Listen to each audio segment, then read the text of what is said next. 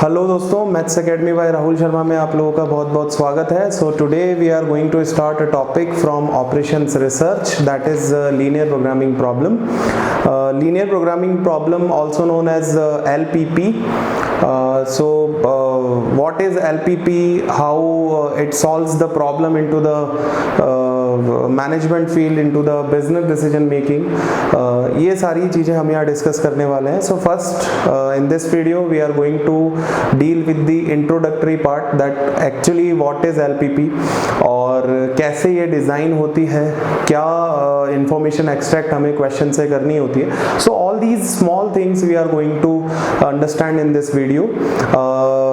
This video will be a kind of a bilingual. I'll use mix of Hindi and English. So because I have got some comments from some of the viewers that sir please Hindi में बनाइए, हिंदी में बोलिए, तो I'll try to have a mix of both the languages. मैं दोनों ही languages में इस video में explanation दूंगा, so that आप लोगों को किसी भी मीडियम से अगर आप हो तो आपको कोई प्रॉब्लम ना हो। So let's start. So first of all, introduction to LPP. Now introduction to LPP में मैं theoretical concepts पे ज़्यादा हम बात नहीं करेंगे। एक्चुअली हम आते हैं कि LPP बनती कैसे है, क्या होती है LPP, क्या इसके एलिमेंट्स होते हैं, एक पर्टिकुलर प्रॉब्लम को लीनियर प्रोग्रामिंग प्रॉब्लम कब कहा जाता है, क्या कंडीशंस होती हैं, क्या उसके पार्ट्स होते हैं, उस पर बात करेंगे। So let's take one example. एक एग्जाम्पल लेते हैं। There is a manufacturer makes two types of products P1 and P2। सो मैं इस एग्जाम्पल को पढ़ता जा रहा हूँ और इसमें से जो भी इंफॉर्मेशन मुझे काम में लेनी है, जो कि आगे एक LPP फॉर्म करने में मुझे हेल्प करेगी, मैं I'll take all that information from this question. So I'll extract that information while reading this question. So आप लाइन बाय लाइन इसको पढ़ते जाइए और जो मैं बोर्ड पे लिखता जा रहा हूँ उसको आप कॉपी में लिखते जाइए।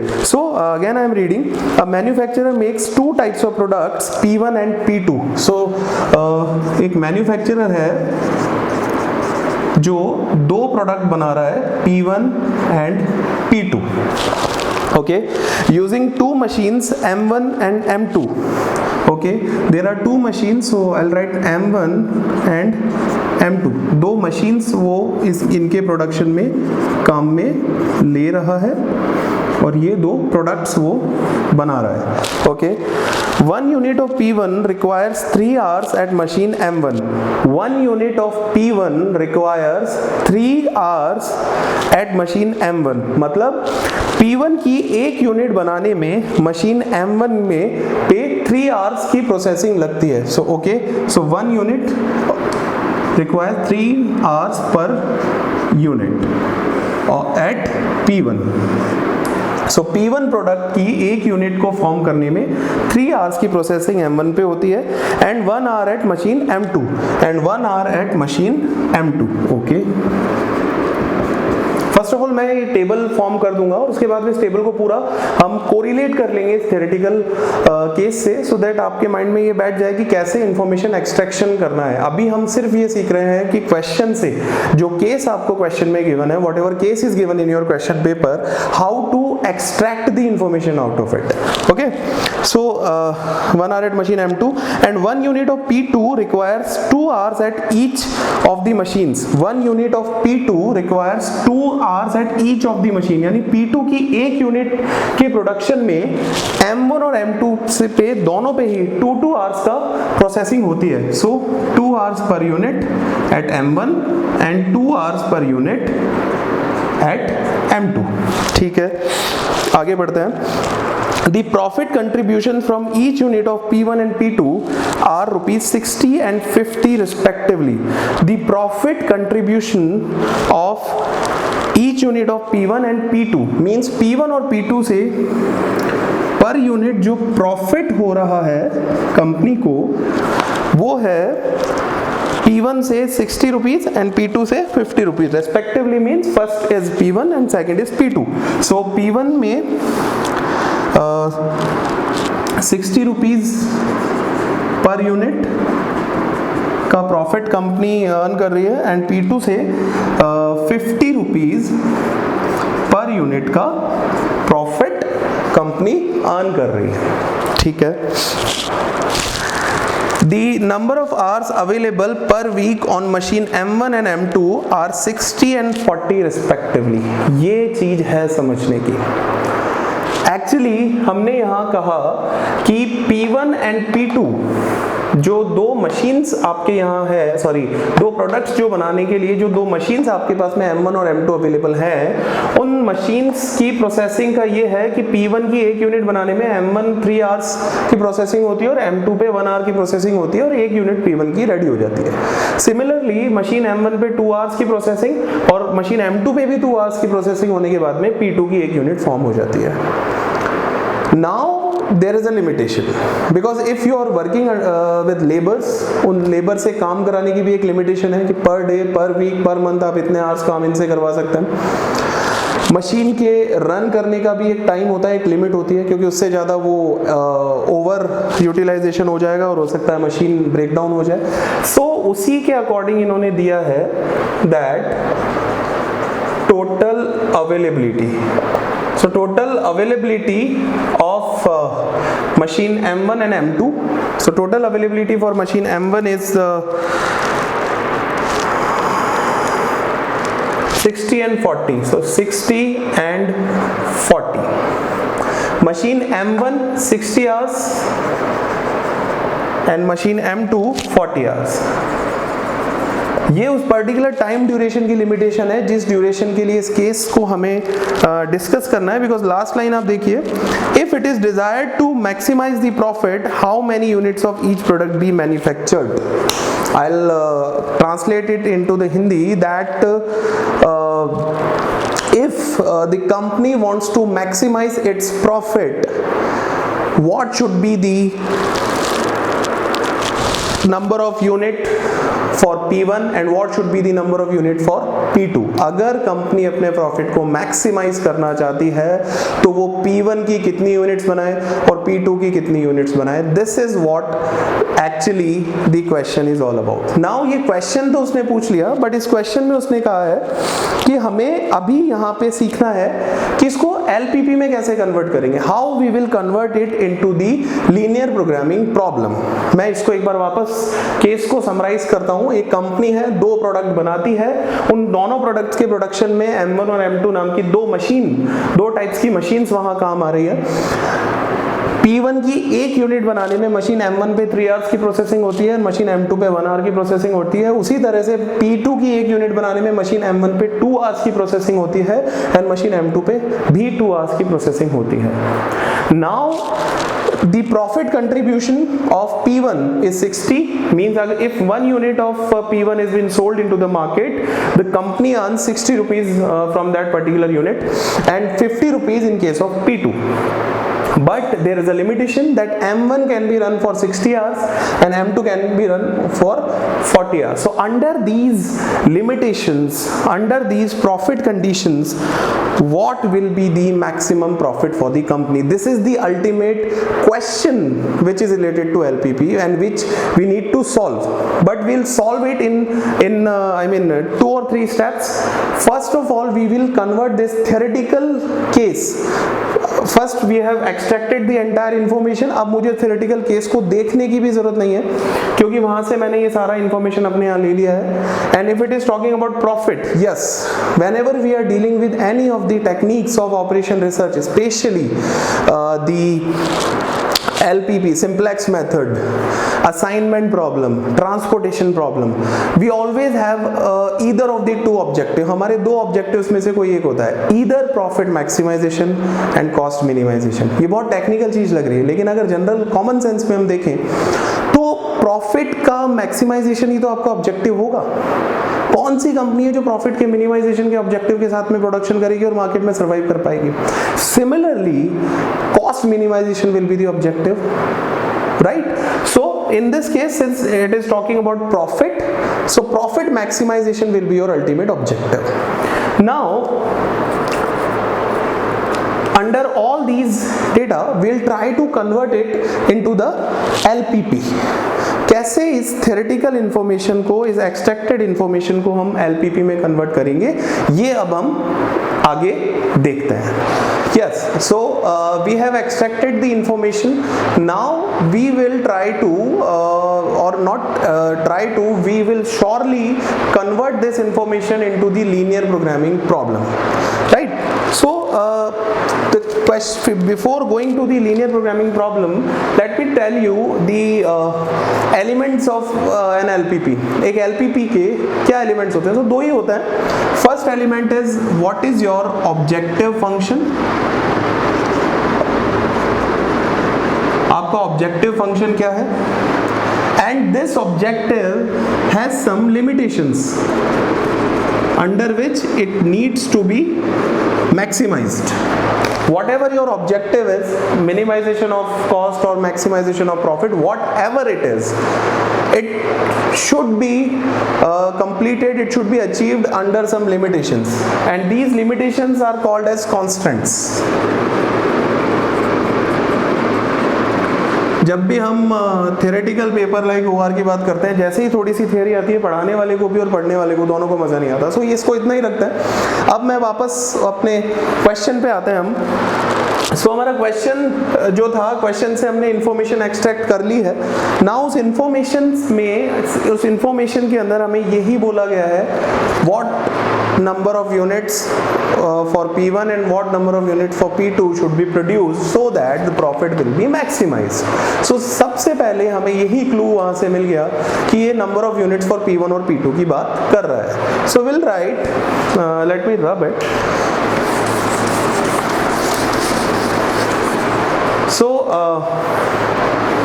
let us assume that x1 units of P1 and x2 units of P2 are produced.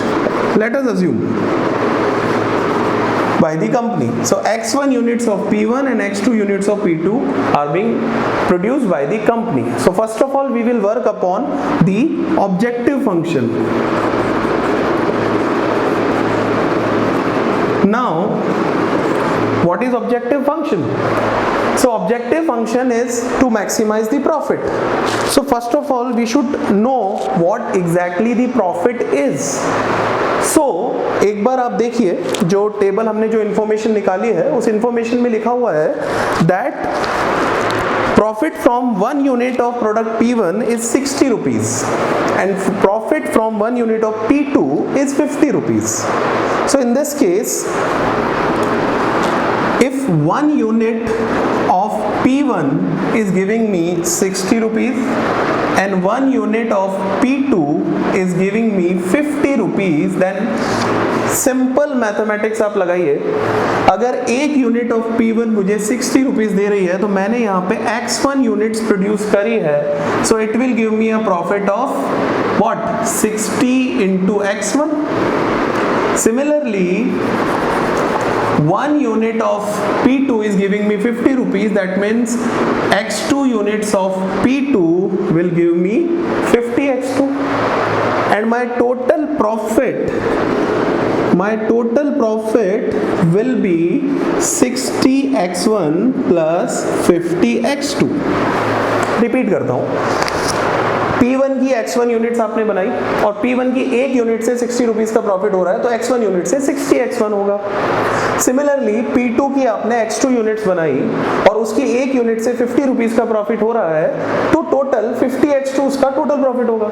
सो इन दोनों को जब मैं ऐड कर दूंगा तो मुझे मेरी कंपनी का टोटल प्रॉफिट मिल जाएगा, जब मैं x1 यूनिट P1 की बना रहा हूँ और x2 यूनिट P2 की बना रहा हूँ. So my objective is to maximize this profit.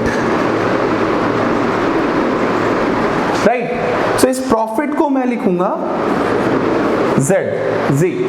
So Z is equal to 60 x1 plus 50 x2. Now my objective function is done.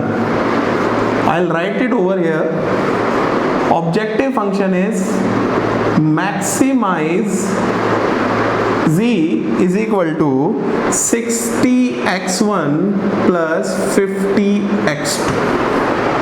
60 x1 plus 50 x2, ये मेरा ऑब्जेक्टिव फंक्शन बन गया. आई होप कोई problem नहीं होगी. now let us move towards those limitations. वो constants कौन से हैं जिनके अंदर हमें वर्क करना है और इस प्रॉफिट को मैक्सिमाइज करना है, इस ऑब्जेक्टिव को अचीव करना है. सो फर्स्ट कांस्टेंट मेरा है machine M1. Now machine M1 के केस में लिखा हुआ है that 3 hours per unit is the consumption for the P1 and 2 hours per unit is the consumption for P2. Means if we check कि machine M1 पे कितना काम हो रहा है, अगर मैं 1 यूनिट P1 की बनाता हूँ तो 3 hours वो कंज्यूम कर लेती है उसके, एंड अगर 1 यूनिट मैं P2 की बनाता हूँ तो 2 hours का कंजम्पशन होता है. मीन्स मैं ऊपर जो ये लिखा हुआ है इसी से हम बात करते हैं कि 1 यूनिट ऑफ P1 M1 के केस में आपके रिक्वायरमेंट हो जाती है 3 hours की and P2 2 hours. When we are producing 1 unit of P1, M1 के टोटल आवर्स में से 3 hours खत्म हो गए. When we are producing 1 unit of P2, M1 के टोटल आवर्स में से 2 hours फिनिश हो गए. ठीक है. Now which means अगर मैं X1 यूनिट्स P1 की बना रहा हूँ तो 1 यूनिट में कंजम्पशन है 3 hours का. सो X1 यूनिट्स में कितना होगा 3X1. 1 यूनिट में P2 में कंजम्पशन है 2 hours का, और अगर मैं X2 यूनिट्स P2 की प्रोड्यूस कर रहा हूँ तो कंजम्पशन हो जाएगा 2X2. मीन्स M1 पे टोटल कंजम्पशन अगर मैं देखूं तो it is 3X1 plus 2X2. 3X1 plus 2X2 ये आपका कंजम्पशन हो गया. क्यों? Now this total consumption maximum कितना हो सकता है, ये क्वेश्चन मैं नहीं बोल रहा हूं, आपके सामने आंसर है. मैक्सिमम लिमिट अवेलेबिलिटी आपको टेबल में दे रखी है, आपको स्क्रीन पे भी दिख रहा होगा और मैं भी यहां दिखा देता हूं आपको, या ये रहा. So this maximum availability is this. नहीं दिख रहा होगा, आप स्क्रीन पे देख सकते हैं. सो 3X1 प्लस 2X2 इसकी मैक्सिमम लिमिट है 60 hours for M1. Means this total cannot be greater than 60 hours. ये टोटल 60 से ज्यादा नहीं हो सकता. इसका मतलब उससे कम होगा तो चलेगा, बिल्कुल चलेगा. उसके इक्वल होगा तो चलेगा, बिल्कुल चलेगा. अगर कोई चीज किसी एक पर्टिकुलर नंबर से ज्यादा नहीं हो सकती, यानी उससे कम भी चलेगी और इक्वल भी चलेगी, दैट मीन्स मैं एक सिंबल यूज करूंगा लेस देन और equal to 60. So your first constraint is ready. मैं दोनों को एक साथ लिखूंगा. Now similarly M2 पे चलते हैं. मशीन M2 का क्या केस है कि मशीन M2 के केस में अगर मैं P1 की 1 यूनिट प्रोड्यूस कर रहा हूं, सो उस केस में मशीन M2 पे तो ये 1 hour लेती है, एंड मशीन P2 2 hours लेता है. Means 1 unit of P1 consume 1 hour, 1 working hour for M2, and 1 unit of P2 consume 2 working hours for M2. So that means अगर X1 और X2 यूनिट्स हैं तो X1 into 1 is X1 and X2 into 2 is 2X2. This is the total consumption for M2. So for M2 the total consumption is X1 plus 2X2. Now what is the limit? Again check करिए. So it is 40 hours. Means this should be less than or equal to 40. So this is your subject to constants.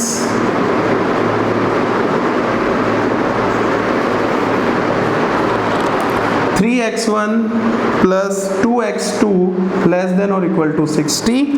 X1 plus 2X2 less than or equal to 40. This is what we are doing. Now इसमें एक छोटी सी चीज और बची है. And में हर बार आपको लिखा हुआ मिलेगा in case of management studies X1 and X2 greater or equal to 0. Why? Because there is a logic. X1 और X2 की वैल्यू मिनिमम से मिनिमम 0 हो सकती है. नाउ सर इसमें कौन सा टेक्निकल ज्ञान है? कुछ नहीं है. When we are talking about number of units of a product, it cannot be negative. So if something is not negative, cannot be negative, it can either be greater or equal to 0. So whatever values we will get out of it for X1 and X2, they will always follow this principle. They cannot be negative because we are dealing with some real life situation. ये जो एक company, एक दो तरह के product, दो machines, और ये these are the real life situations we are taking. So in these case, the values for x1 and x2 represents the number of units for p1 and p2, which cannot be negative. So that is why in every situation we'll write this. This is called as non-negativity constraint. There is no use of it, but we'll have to follow it and we'll automatically following it. Mind में इसको रखना नहीं है कि इसको रख करके कुछ सोच रहे हैं, ऐसा कुछ नहीं है, ऑटोमेटिकली फॉलो होगा जब हम सॉल्व करेंगे तो होगा. सो यहाँ से हम एक अल्टीमेट ऑब्जेक्टिव भी निकाल सकते हैं कि किसी भी लीनियर प्रोग्रामिंग प्रॉब्लम के क्वेश्चन का ऑब्जेक्टिव क्या होगा. ऑब्जेक्टिव होगा x1 और x2 की वैल्यू इनसे निकालना, जो कि हम आने वाले टाइम में करेंगे. So the entire objective is, planning बहुत होती है बट उसका एग्जीक्यूशन भारी पड़ता है. But yes, this time we have planned that we will be covering the entire LPP formation, starting from the formation till the solution, step by step, and we'll end on the last video where each and every our viewer will say yes, now I can solve any of the question of LPP, and this is the kind of a confidence we want in our viewers. So thank you so much for giving your time. That's all for this video. In the next part of the video we'll again have a case. We'll try to formulate the LPP. So right now the part of LPP we are dealing with is formulation of LPP. LPP बनाते कैसे हैं और LPP formulate कैसे करते हैं, उस पे बात कर रहे हैं. This is an important topic as far as the BBA and MBAs are concerned. So some PGDMs, BCom or some other courses also, but start from the formulation. इस केस को वापस देखिए, स्क्रीन पे केस आपको बार बार दिखाया गया है, उससे आप खुद बना कर देखिए. कोई बुक आपके पास में OR की हो तो आप उसे ओपन कर सकते हैं, उसमें से क्वेश्चन आप थियोरेटिकल क्वेश्चन ले सकते हैं. बट मैं अभी कहूँगा कि एक दो प्रैक्टिस और करते हैं हम, और उसके बाद में you can start working on formulation of LPP. So thank you so much, all the best.